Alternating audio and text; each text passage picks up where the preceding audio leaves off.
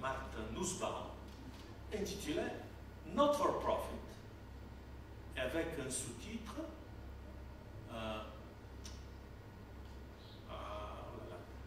Why Democracy Needs Humanities. Pourquoi la démocratie a besoin des humanités? Et justement, pour développer... et donc, je pense que la crise des sciences humaines dans les universités, moins d'étudiants, moins de subventions, vraiment un discours qui dit ah ben ça c'est, disons, les arts, et voilà, ça peut être laissé comme ça. Pour ceux qui s'intéressent uniquement, il ne faut pas les soutenir nécessairement. Cette crise-là va ensemble avec tout ce qui se passe au niveau de l'exercice de la démocratie, parce qu'il n'y a pas suffisamment d'imagination. Vraiment, je suis là, d'accord, au sujet de l'imagination. Mais pour finir quand même, parce que c'est une très longue réponse, il y a, de mon avis,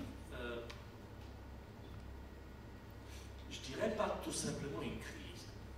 On est, de mon avis, à un moment décisif. Ou bien, on va trouver à faire revivre, oui, voilà, revivre notre démocratie, ou bien il faut tout simplement renoncer à jouer le jeu. Parce que le jeu électoral, tel qu'on le voit, on est au bout de force, comment dire. On est arrivé à une limite de ce que les élections peuvent donner. Les élections ne peuvent plus donner grand-chose. Voilà.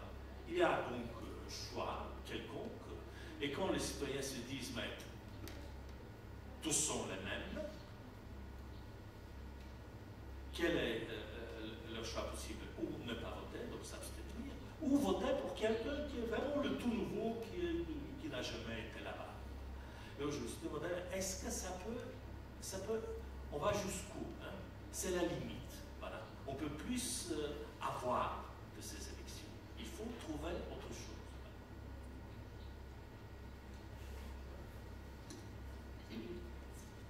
Mathieu, enfin, excellente question. Est-ce que la fermeture du champ politique n'oriente pas, voilà, les jeunes, il n'y a pas que les jeunes vers des mobilisations alternatives?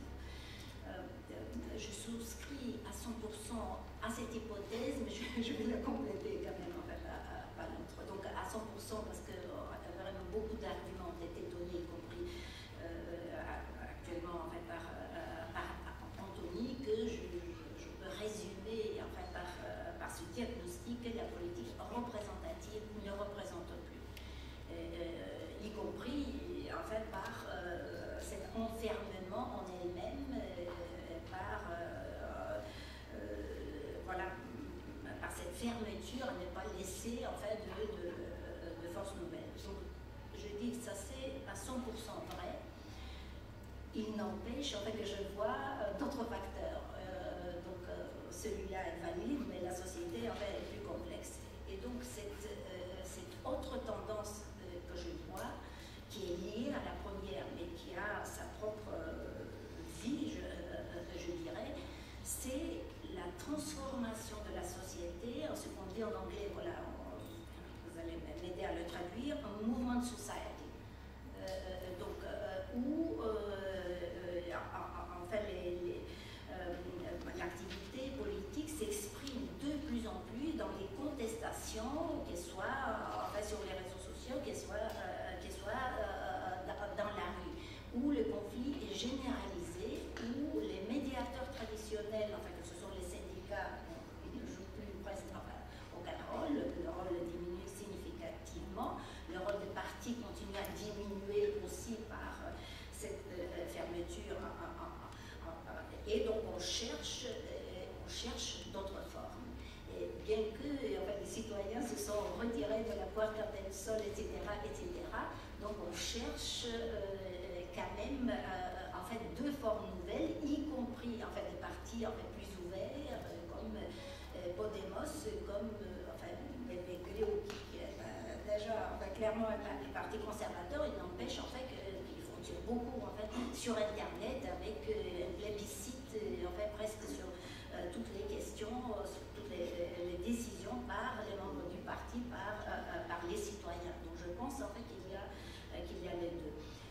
prends juste, je réagis juste à cette très belle question de l'imagination politique et en fait, à laquelle je suis très sensible dès le début en fait, de notre transition parce qu'en fait plusieurs observateurs nous ont accusés et justement que la transition post-démocratique en fait manque d'imagination politique, elle ne fait que reproduire, on est complètement dans la fin de l'histoire, etc. Et donc, une des caractéristiques en fait, de ces mouvements en fait, de contestation, c'est exactement la valorisation de l'imagination politique. Leur projet, Occupy, c'est des assemblées, bon, c'est de l'utopie, c'est du rêve, mais c'est une utopie et un rêve assumé. Donc, ils ne disent pas, Occupy, c'est vraiment le plus clair, ils ne disent pas on va changer la société, ils disent on rêve d'une société qui est organisée de cette manière. Et ça c'était très fort, par exemple les grandes mobilisations en Bulgarie 2013, surtout les jeunes ont beaucoup revendiqué le droit au rêve, le droit à l'utopie. Je raconte en fait toujours, mais je finis en une seconde, ça c'est un livre sur Occupy, des témoignages, pas un livre analytique, mais des témoignages des acteurs d'Occupy. Quelqu'un entre dans la salle de l'Assemblée et pose la question, ceux qui osent rêver, qui lèvent la main. Et donc il y a une multitude de mains qui se lèvent, on a une très belle image, voilà, moi aussi j'essaie de le faire avec mes étudiants, ils hésitent parfois, donc une très belle image de ce droit à l'imagination, au rêve et à l'utopie, en fait, qui est une caractéristique de ces nouvelles mobilisations.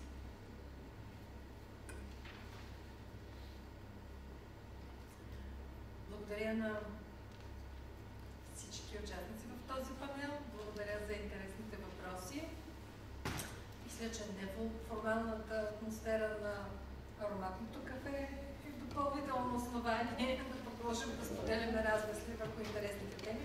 Благодаря ви. В 4:30 продължаваме с последния панел.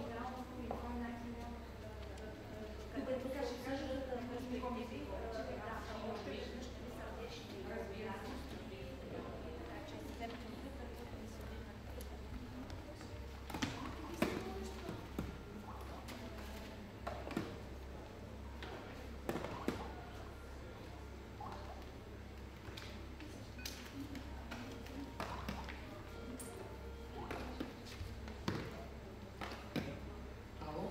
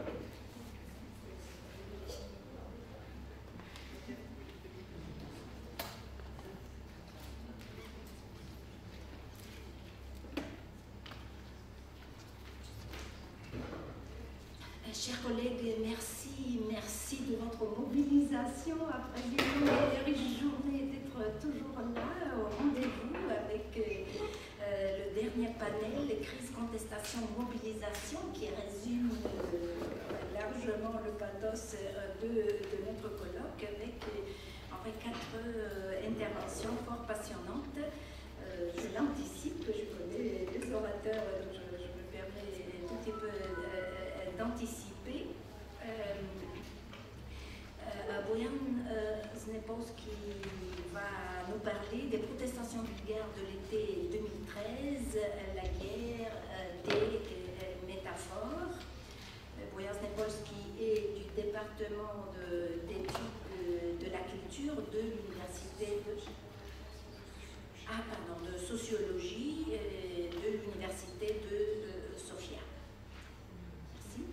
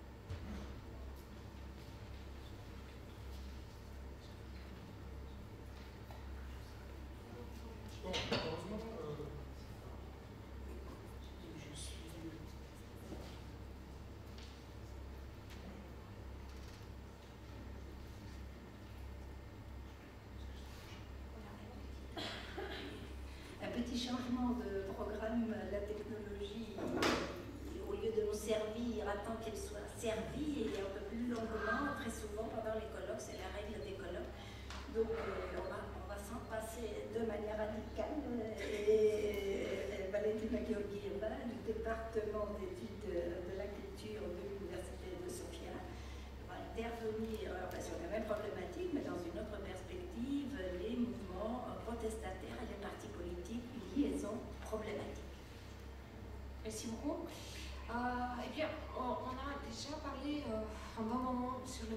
nationalisme et sur les attitudes anti-élitistes. Je vais vous parler peut-être des mêmes problèmes, sauf que je vais les nommer d'une manière un peu différente. Donc, je vais adopter un cadre conceptuel qui est un peu différent. Donc, ce même problème, je vais l'appeler mal-représentation à la suite de Pierre Rosanvallon.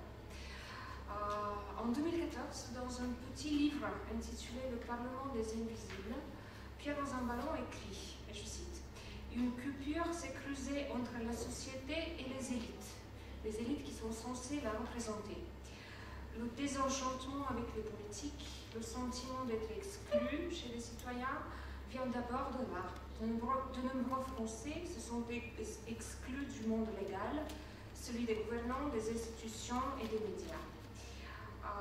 Le pays ne se voit pas représenté, dit Rosanvallon dans l'introduction de ce petit livre, et il nomme ce problème la mal-représentation, à la page 14. Le problème de la mal-représentation, souligné par Pierre Rosanvallon, pose une question principale. Qui peut remplir la fonction principale de la démocratie libérale, soit la représentation politique? Et que faire des élites dirigeantes ou des partis politiques qui ne sont plus capables de mobiliser le soutien de la population, qui n'offrent plus de forts mécanismes d'identification, qui n'arrivent pas à créer des identités collectives durables, qui n'agissent plus au nom d'une collectivité et ne remplissent pas de programmes politiques concurrents, mais qui s'accordent dans la réalisation de politiques économiques néolibérales en Occident et anticommunistes à l'Orient de l'Europe. Au sud de l'Europe, après 2011, c'est l'année marquée par les grands mouvements de protestation, on a vu la montée de ce qu'on a pris la coutume d'appeler les partis de la gauche populiste. On a déjà parlé de ces partis issus des mouvements, de 2011, c'est Podemos et Syriza, qui sont nommés des partis populistes par leurs adversaires politiques de la droite conservative ou bien de la gauche social-démocrate, de la gauche classique. Mais les populistes, ils ne sont pas seulement dans le sens péjoratif, quand on entend populiste en tant que proxénétisme responsable au désir des masses irrationnelles. D'autres analystes politistes, comme Dan Hancock et Luc March, soulignent les liens avec la conception de populisme de Ernesto Laclau. On a parlé un bon moment du populisme, on n'a pas mentionné Ernesto Laclau, une fois peut-être. Oui, tout à fait, vous avez juste évoqué le nom. Ces nouveaux partis politiques sont considérés comme des héritiers intellectuels de la conception d'Ernesto Laclau dans son livre de 2005. Donc voilà, ce qui détermine ces partis populistes, dans ce sens pas péjoratif, mais plutôt de Laclau, c'est qu'ils s'opposent, donc ils essaient de se déterminer en tant qu'opposition entre la population qui se sont non représentées et les élites dirigeantes, la casta en Espagne. Dans la théorie de Laclau, en fait, le populisme, il a réussi à forger une identité collective. C'est un instrument à forger l'identité. Le peuple, c'est un signifiant vide. Et par la force de construire des chaînes d'équivalence rhétorique en tant que stratégie argumentative, on arrive à forger une espèce de compréhension commune de ce que c'est la situation, quels sont les problèmes dans la situation présente, quels sont les cadres de justice, comment on définit ce par rapport à quoi on est mécontent, pour ensuite identifier des problèmes et des solutions. Tout cela, sans doute, n'est pas possible sans la définition d'un ennemi, la caste, pour les élites dirigeantes. Ces partis sont populistes dans le sens qu'ils soulignent et approfondissent la scission entre le peuple et autrui, l'ennemi. Ce même processus de création d'identité collective n'a pas eu lieu en Bulgarie. Après les protestations de 2013, on n'a pas vu la création de tels partis populistes. Donc, les mouvements sociaux n'ont pas créé des partis politiques. Oui, les Bulgares ont bel et bien désigné des élites dirigeantes comme leur ennemi. Donc, ils parlaient des protestataires. J'adore la rhétorique des protestataires pour l'instant. Les protestataires parlaient des cliques oligarchiques, des milieux des lobbyistes qui n'œuvrent pas dans le but de l'intérêt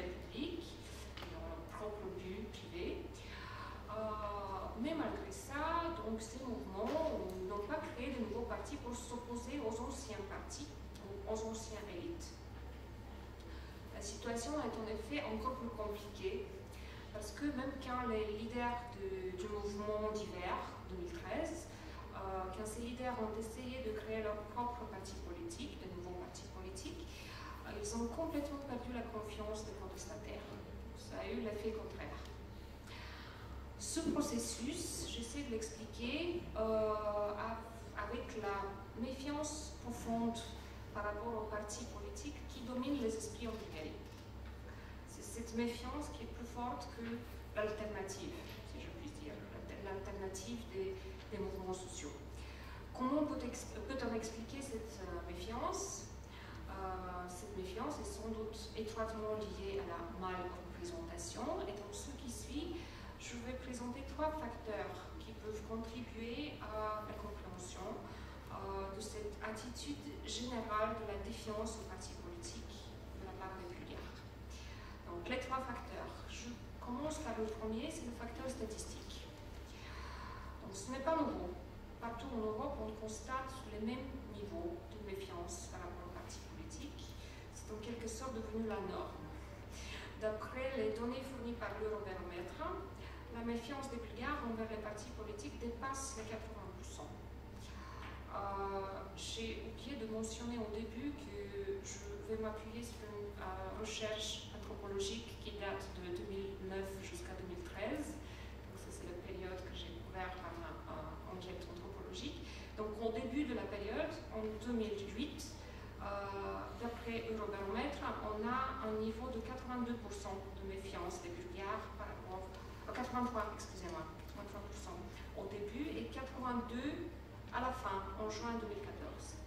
Voilà, ça c'est les données de l'Eurobaromètre. Les niveaux chez les jeunes bulgares sont encore plus élevés. Il y a moins de 15% qui ont une certaine confiance dans les partis politiques. Ça c'est d'après un sondage national de Mediana analysé par la suite par Petar Neomitev et Lydia Kovacha. On peut expliquer les niveaux élevés de méfiance en apportant encore des données quantitatives supplémentaires. Dobrin Kanev renvoie aux données d'un sondage qui date de 2010 et 2013, selon lequel les citoyens ne sont pas convaincus que les partis politiques représentent leurs intérêts. La plus grande partie des répondants, environ 37%, estiment que les partis politiques existent seulement pour défendre les intérêts de l'élite du parti, de leurs dirigeants. Autre 30% de Bulgares croient que tous les partis en Bulgarie doivent être dissous. Cela témoigne d'une profonde crise de confiance, un manque de légitimité, même d'une extrême hostilité par rapport aux partis politiques. Je cite Kanev. Environ 70% sont totalement ou plutôt d'accord que les partis politiques nous représentent comme petits groupes de personnes en top et donc les partis politiques ont perdu leur légitimité. Il y a seulement 6 à 12% cependant qui croient qu'il est possible de trouver un substitut pour les partis politiques. Ceci était le premier facteur, le statistique, qui donne encore plus de complexité à la situation. Le deuxième facteur, qui vient déjà de données qualitatives, de mes entretiens avec les participants dans les mouvements de protestation, ce deuxième facteur traite de l'instrument principal de la démocratie représentative, soit les élections. J'appelle ce facteur le carrousel des élections, d'après l'expression des participants. Voici une citation de ces entretiens qualitatifs avec les participants. Je cite, « Des milliers de personnes vont voter, mais cela ne sert à rien. La première fois, ils choisissent un parti, la prochaine fois, un autre. Après quelques années, ils votent pour un troisième parti, et par la suite, encore une fois, pour le premier. Et tout cela se répète encore et encore. Mais en effet, eux, les partis, ils sont tous les mêmes. Il n'y a pas de changement. Les gens ne font que voter pour la même chose à chaque fois. Et comme ça, rien ne se passe. » Fin de citation. Deux autres participants parlent du carrousel des élections. Donc ce modèle de système politique, ce modèle de comportement électoral en même temps, s'est établi dans le système politique bulgare pendant les dernières quelques années. système électoral favorise les grands partis. Selon les participants au mouvement, ces dernières années, en Bulgarie, on ne voit que la rotation de ces quelques partis dominants. Le vote a perdu son poids. Les élections ne mènent pas à un changement de politique publique, mais seulement à la rotation du parti au pouvoir. Le résultat final peut être très alarmant, d'après les interviewés, quand, je cite, un groupe de personnes, de partis, des clics, fin de citation, a le plein contrôle sur le pouvoir. Et alors les angoisses sont que cela peut conduire à un gouvernement pseudo-autoritaire. Encore une longue citation qui vient d'un entretien avec un participant. Le seul but de ces trois partis, plutôt dans l'entretien, il cite l'ancien parti communiste, maintenant socialiste, le mouvement pour les droits et les libertés, et ATTAC, ça c'est le parti de l'extrême droite nationaliste. Donc, le seul but de ces trois partis est de construire un gouvernement en rotation, dans lequel des groupes de personnes gouvernent de sorte qu'ils puissent avoir des avantages. Si ce processus de contrôle de la société civile, et par là il implique les mouvements sociaux, qui sont en cours au moment de prendre l'autre vue, si ce processus de contrôle de la société civile soit arrêté, l'avenir du pays n'est pas très favorable. Quoi qu'il en soit, il y a les partis dominants dans le système électoral et ils vont tout simplement se consolider à un moment donné et ils peuvent même cesser la rotation. Fin de la citation. Alors, loin d'être l'instrument de changement politique ou de la quête de la responsabilité de la part des élites, ce que les Anglais appellent accountability,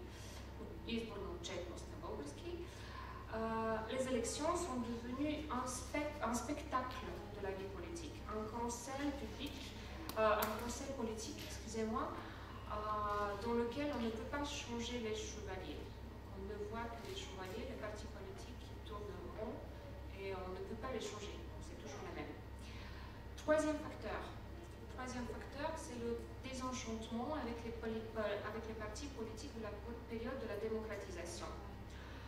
Et par période de la démocratisation, je comprends le processus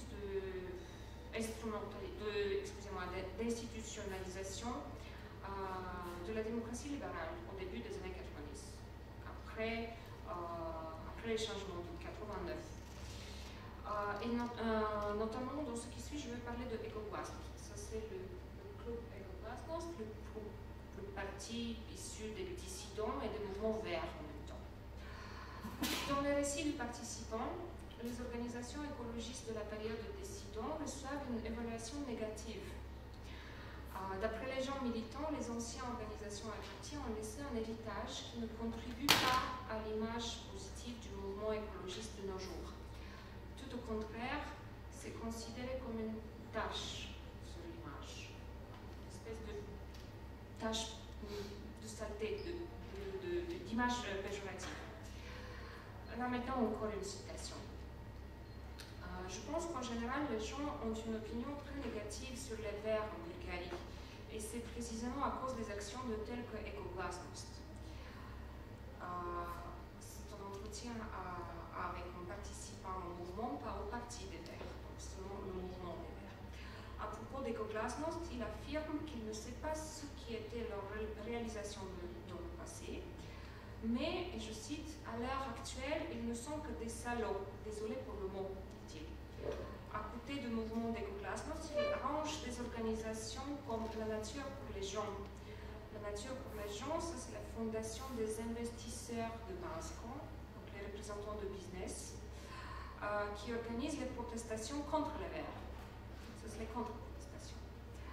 Selon le même représentant, certaines petites organisations et partis politiques qui n'ont pas d'activité, qui existent seulement sur papier, mais qui sont dans le bulletin de vote pour les élections.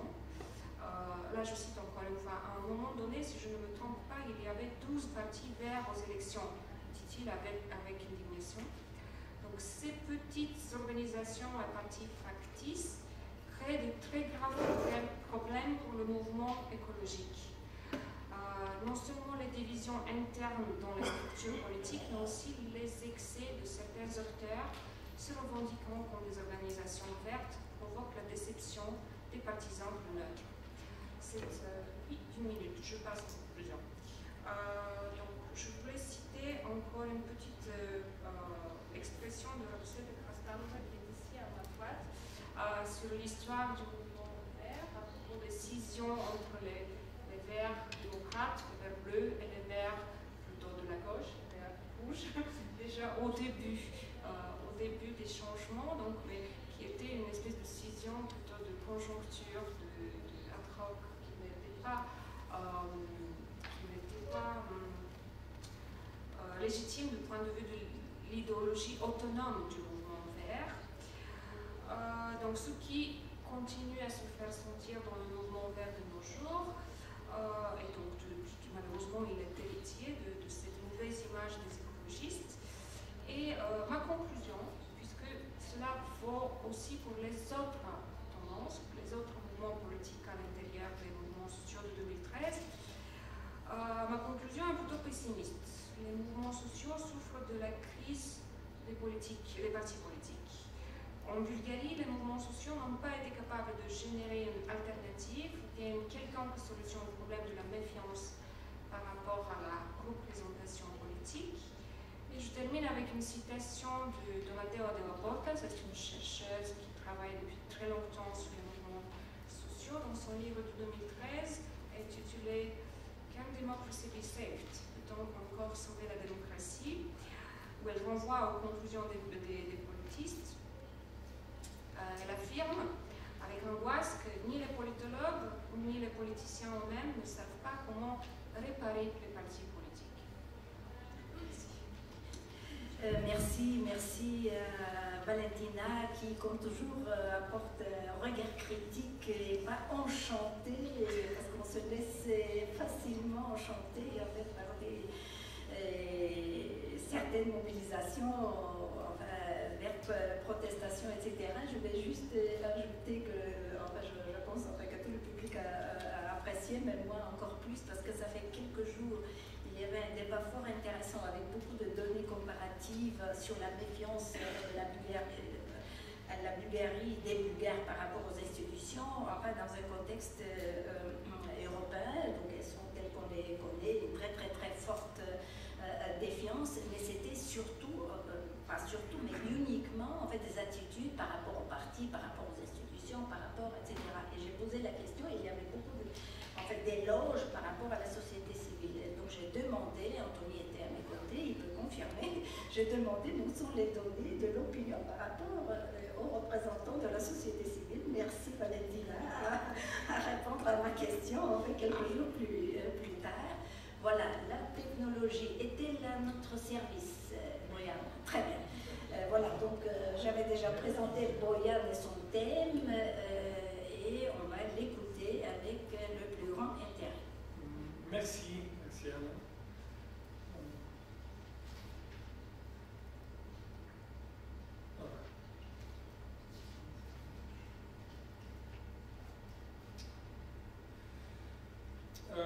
Alors je vais parler d'un aspect des protestations civiques en Bulgarie en 2013 qui a trait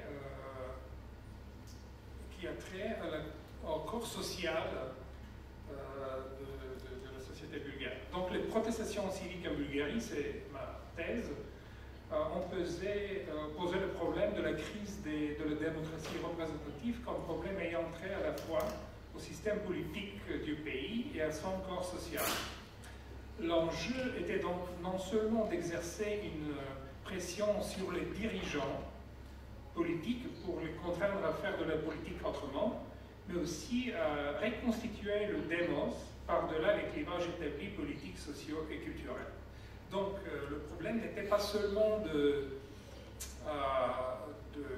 d'exercer une pression sur les politiciens, c'était aussi de comprendre qui sont les protestataires, quelle est la société bulgare, qui proteste.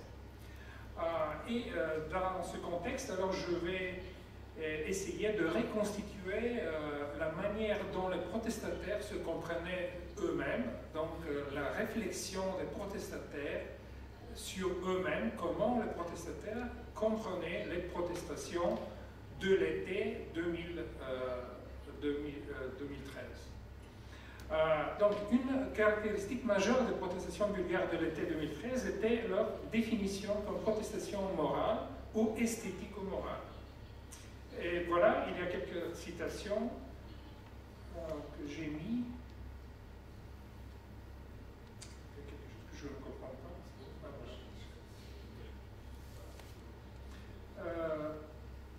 Merci.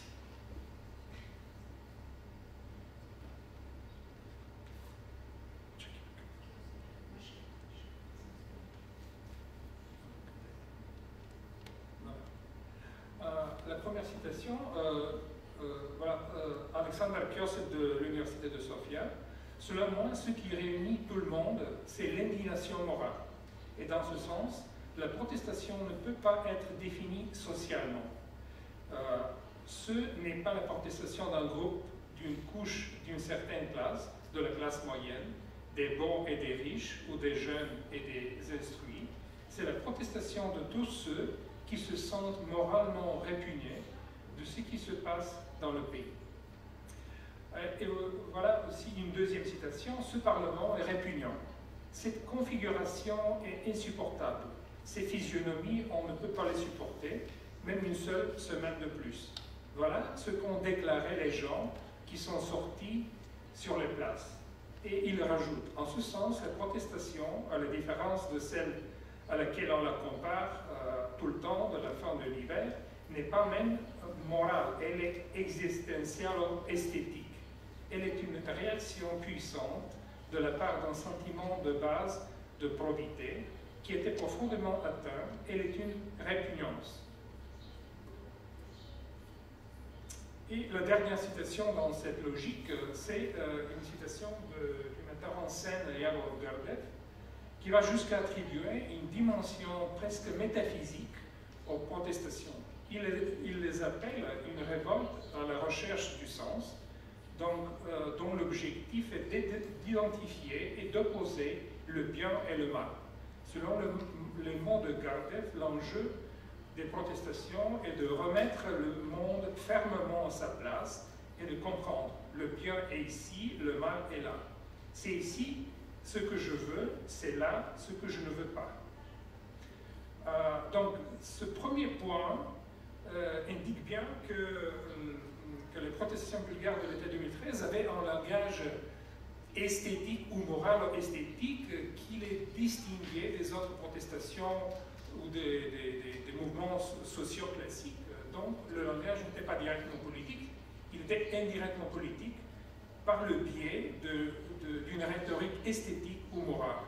Donc, la question est de savoir pourquoi. Pourquoi on utilise un tel langage? C'est la question qui a créé beaucoup de controverses et beaucoup de conflits d'interprétation.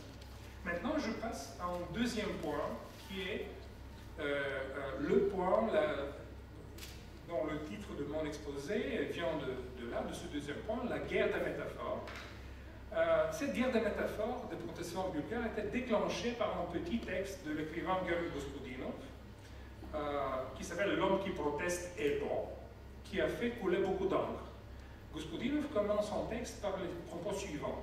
« Il y a quelque temps, j'ai écrit que l'homme qui lit est bon, parce qu'il accomplit un travail invisible du goût, et un homme qui a du goût devient plus difficilement en lâche.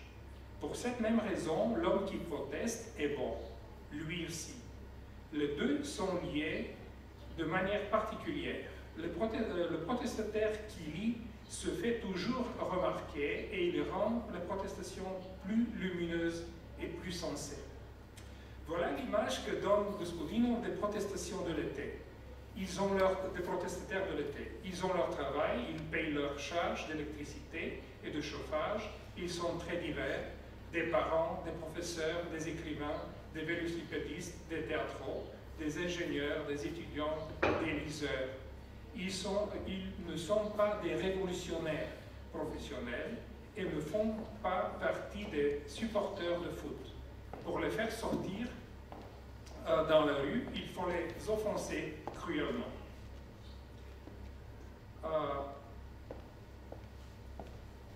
Mais cette guerre de métaphores, de l'autre côté de cette guerre de métaphores, il y avait une journaliste, Velislava Bereva, qui a repris le ton esthétique de Gospodinov, mais en sens inverse. En citant un classique de la littérature bulgare d'entre-deux-guerres mondiales, Guillaume Milev, Velislava Dereve décrit pathétiquement les protestations de l'hiver comme les désespérés, les fâchés, les importés, les furibonds, les mauvais, les affamés, les pauvres, les maussades, les abandonnés, les pillés, les humiliés, les réprimés, les écrasés, les sans-voix, les sans-pouvoir, les miséreux. De notre côté, elle décrit avec mépris les protestataires de juin comme ceux qui s'en fichent des charges du chauffage, des allocations familiales, des retraites. Ils ont leurs emplois magnifiques et leurs salaires européens. Ils sont sûrs et assurés, avec éclat, brillants, avec des fameux CV.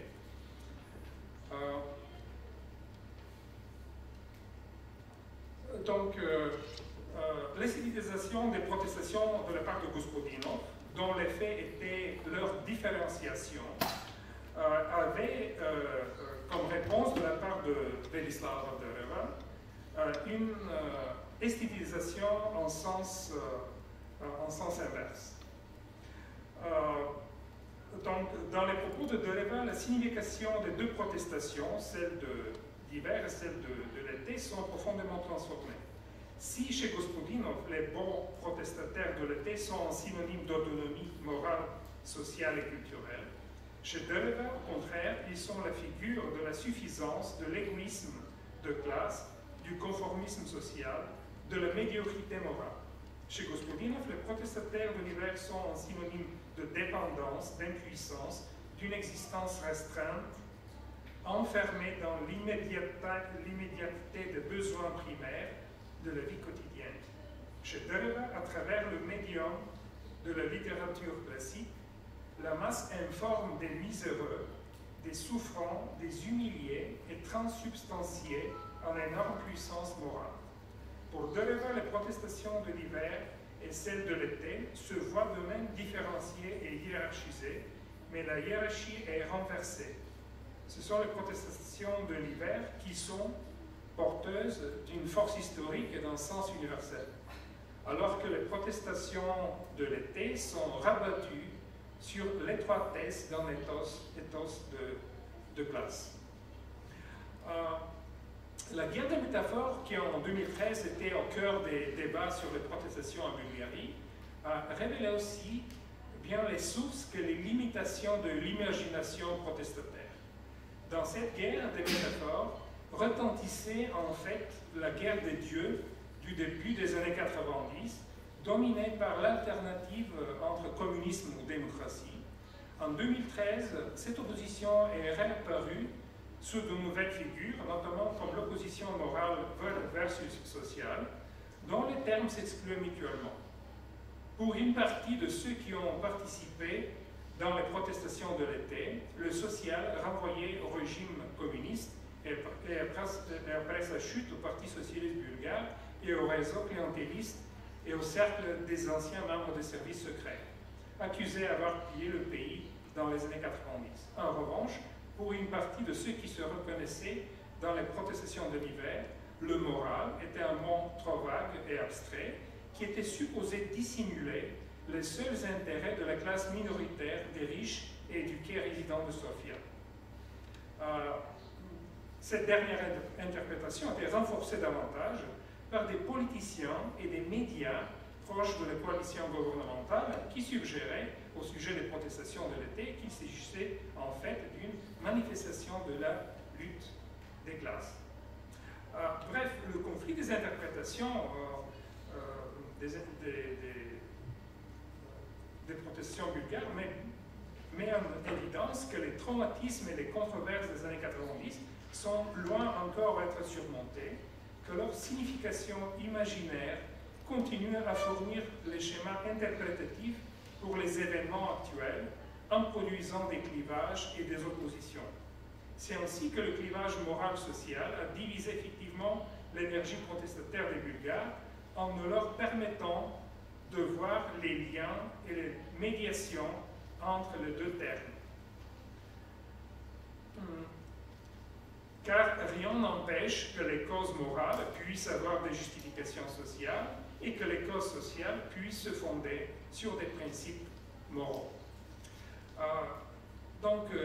Maintenant la question se pose, est-ce qu'il y a des tentatives de surmonter cette opposition qui venait des années 90 et même avant.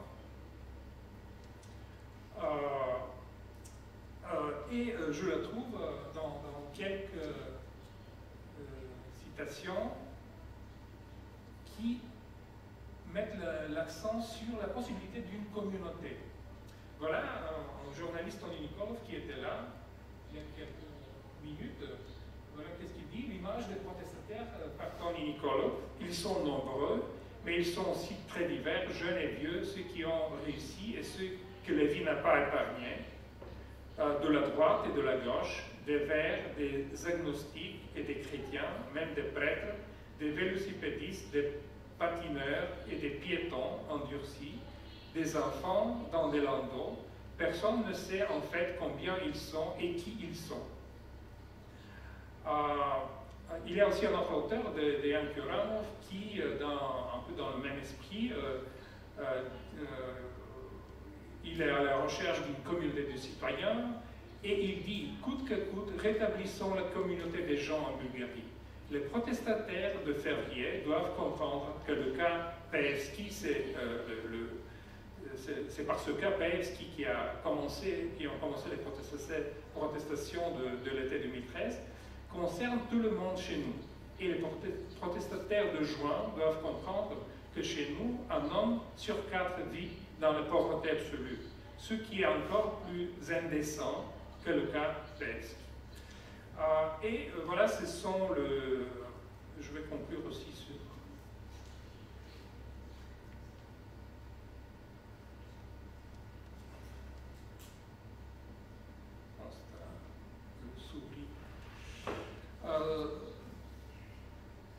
Donc, le troisième point, la véritable finalité des protestations réside non pas dans leurs effets immédiats, mais dans leur contribution à établir ou à rétablir une communauté de citoyens.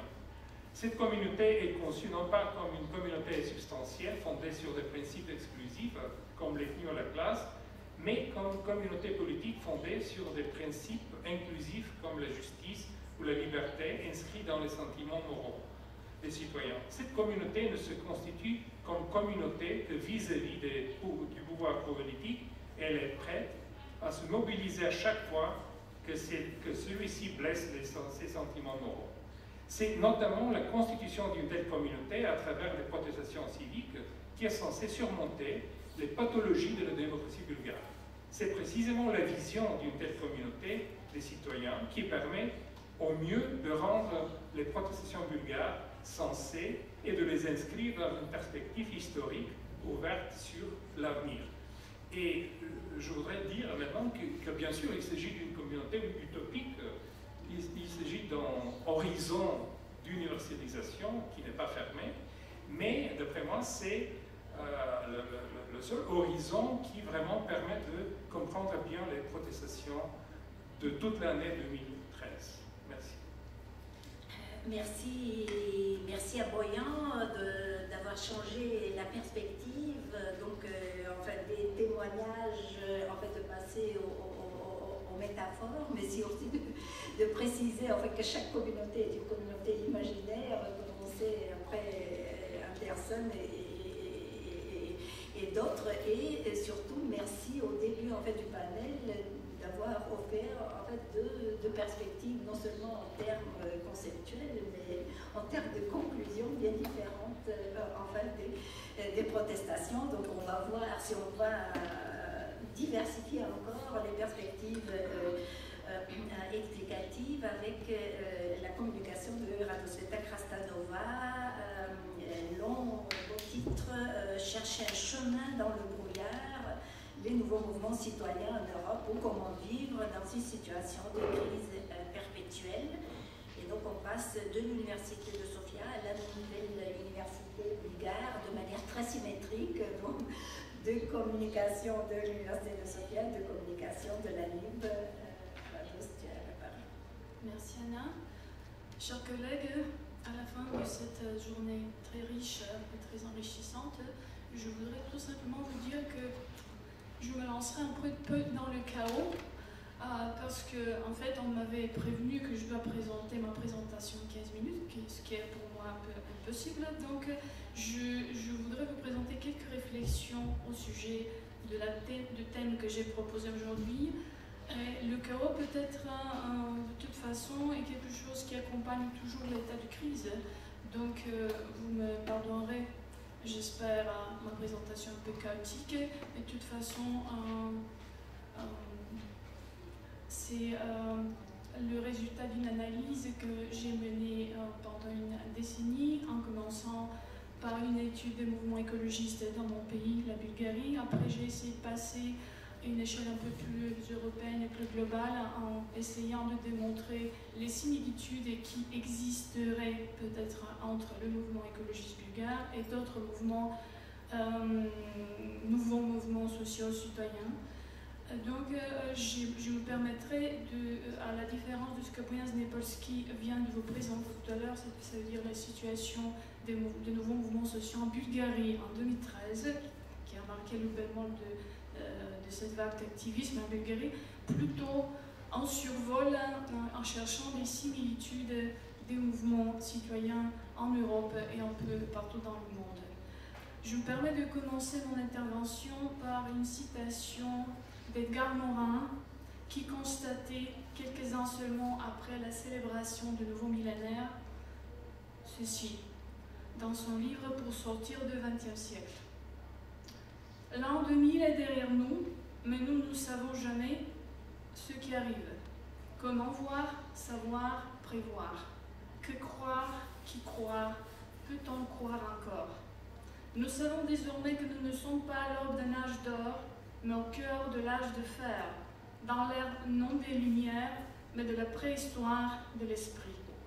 Dans ce siècle qui vient de s'achever, le XXe, crise, progression, régression et révolution se sont mêlées et ont été à la source de toutes les mutations. Nous devons enfin accepter qu'un autre mode de pensée nous aveugle plus qu'il ne nous éclaire, qu'il mutile, fragmente et dissocie le réel. N'est-il pas vital, pour entrer dans le XXIe siècle, de réviser nos méthodes de pensée et nos concepts?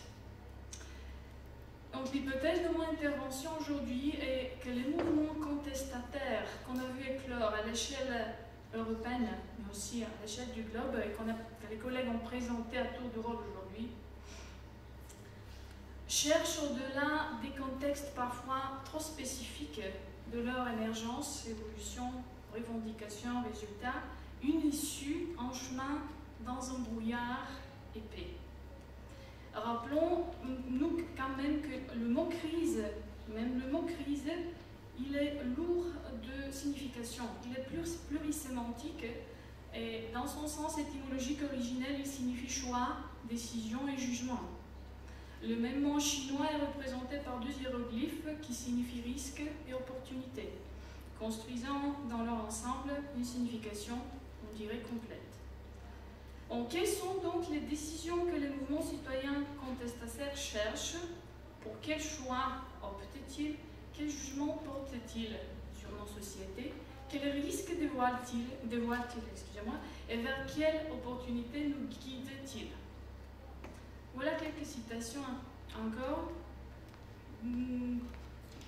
Dans un article du 11 octobre 2011, dédié au mouvement des indignés, intitulé Indignés sans tête et sans frontières, le journaliste Kaufmann, journaliste du Monde, reproduit le discours dominant des nouveaux mouvements citoyens en Europe, les enfants de la crise, comme il les appelle, par la citation suivante: pas d'alcool, pas de drogue, pas de violence. Nous ne sommes pas un parti politique, nous ne sommes pas une association, nous ne sommes pas un syndicat, nous sommes juste des citoyens comme vous et nous. Bon, selon les propos des militants les plus aguerris, la principale ligne de partage oppose d'une part la culture politique traditionnelle, entre guillemets, fondée sur l'hégémonisme, la valorisation du leadership, la hiérarchie et la centralisation, et d'autre part une culture, disons, toujours entre guillemets peut-être alternative, inspirée par, d'une part, l'éducation populaire, mais d'autre part par les forums sociaux qui se sont multipliés surtout du mouvement altermondialiste, qui est apparu à la fin des années 90, vous vous rappelez, du siècle passé, et qui privilégie l'horizontalité, l'absence de leader et de porte-parole et la décentralisation. Bon, il serait trop osé quand même de chercher des similitudes entre tous ces mouvements anti-crise, mais quand même, j'essaierai de, par manque de temps, de de me focaliser sur 3 mots d'ordre, 3 slogans qui sautent aux yeux quand on observe les messages, les slogans des mouvements, et quelques particularités, quelques traits communs, d'après moi, qui doivent être soulignés. En premier mot d'ordre, bien évidemment, c'est le mot indignation.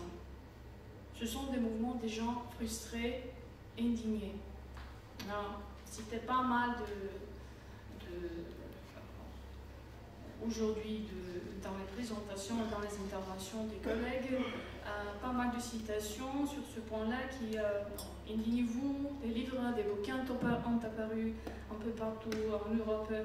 Une indignation contre n'importe quoi et contre tout.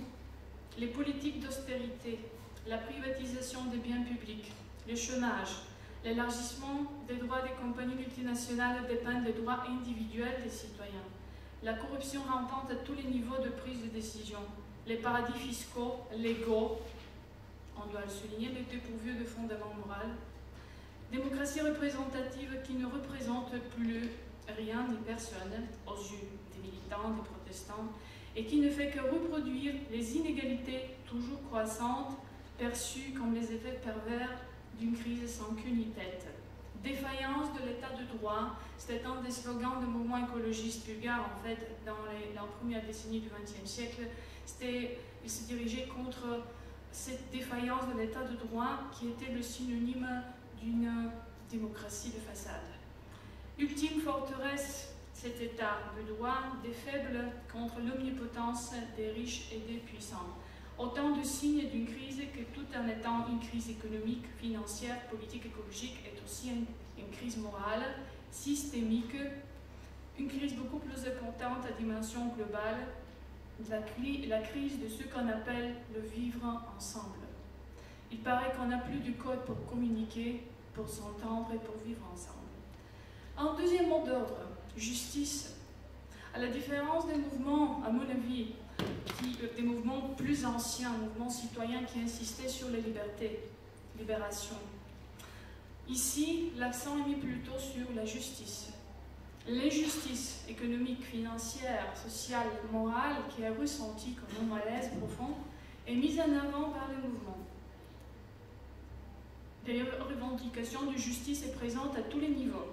Je cite ici Naomi Klein, journaliste canadienne et figure emblématique du mouvement altermondialiste, excusez-moi, qui disait ceci: il n'y a plus, à mon avis, des pays riches.